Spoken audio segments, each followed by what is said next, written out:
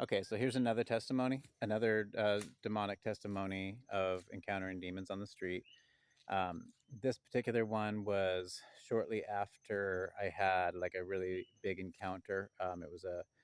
It was a um, like a initiation experience, basically, where Christ had anointed me in a really supernatural way, and I got sifted and all kinds of stuff, and had a really crazy supernatural 9 months living on the street and not having anything, no cash, no nothing, and I'll eventually load that testimony up on my YouTube because it's like an hour long testimony. You can go to my YouTube if this isn't if you're not seeing this on YouTube, you could go to my YouTube channel. It's at my heart is Christ's. So the YouTube slash my at my heart is Christ. Okay, so yeah, this one I was at the food bank.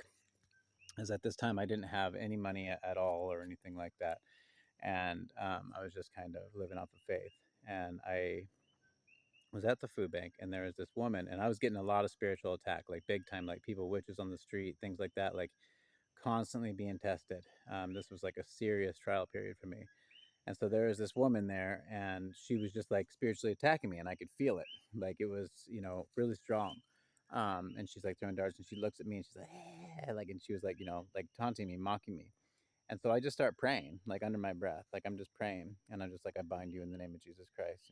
Like when I said that I bind you, her foot got stuck in the crack in the sidewalk, and she like couldn't move it, and then she just like flipped upside down and like landed on her face, like right there, like seriously. And I was just like, I mean, I felt kind of bad for her or whatever, but it was like because she was, working with the demons and they were trying to attack me, like God's like, nope, I have none of that. So she like fell on her face right there, and then she like stood back up, and then she was just kind of like wobbling.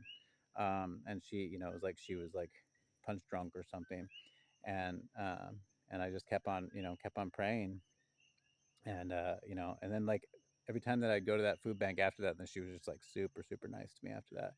So I don't know if she had to change.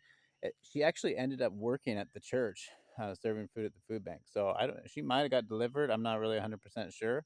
Like, it was just kind of one of those encounters, on the street where I was, going through spiritual warfare, and there was physical manifestation where she actually uh, ended up getting thrown upside down and landing on her face. So, anyway, God bless.